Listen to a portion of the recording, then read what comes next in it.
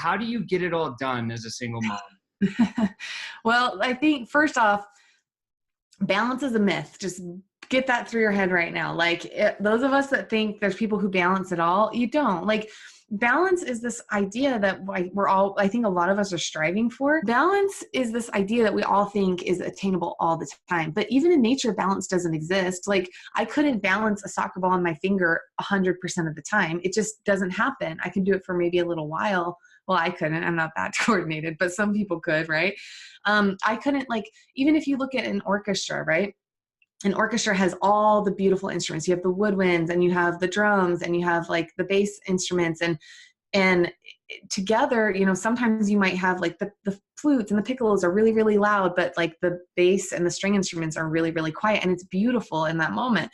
Or sometimes it's the opposite and it's really dramatic and you have boom, boom, and you have different parts of the orchestra that are louder and different parts that are quieter. But if every single instrument were to go as loud as they possibly could all the time, it would be awful. You wouldn't want to listen, right? And so it's just like that in our own lives.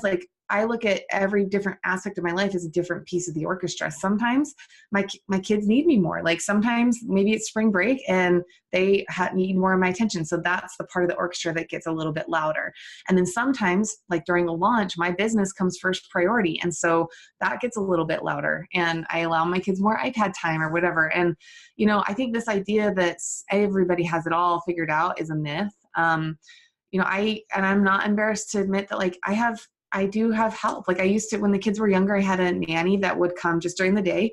And I felt so much shame about that at first. And then somebody said something to me one time and she's like, if you were a nurse, would you feel guilty about having a babysitter for your kids while you went and worked at the hospital? No. So why do you feel shame around having help with your kids? And it was just, during the day. Now that my daughter's in kindergarten, I don't really need that babysitting help anymore. So they're in school 9 to 4 and that's when I crank out all my work. I have a little high school girl that I pay. She comes and helps me with little things.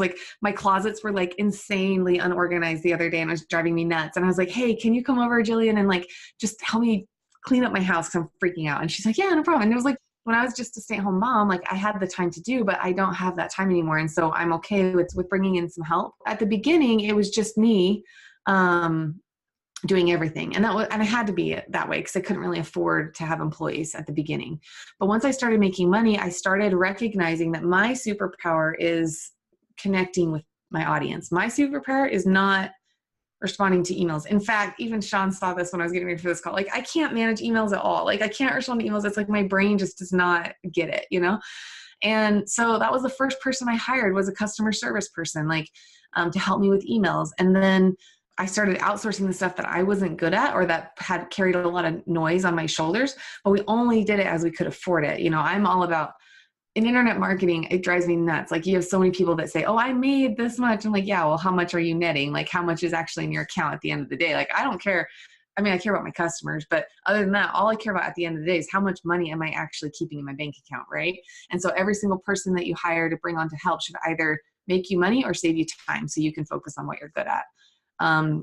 And so, yeah, so now I'm not embarrassed to say that I have help because it's allowed me to help so many other women. Whereas if I would have been stuck in that shame or that embarrassed feeling of I can do it all, I'm Superwoman. I'm not Superwoman. I cannot do it all.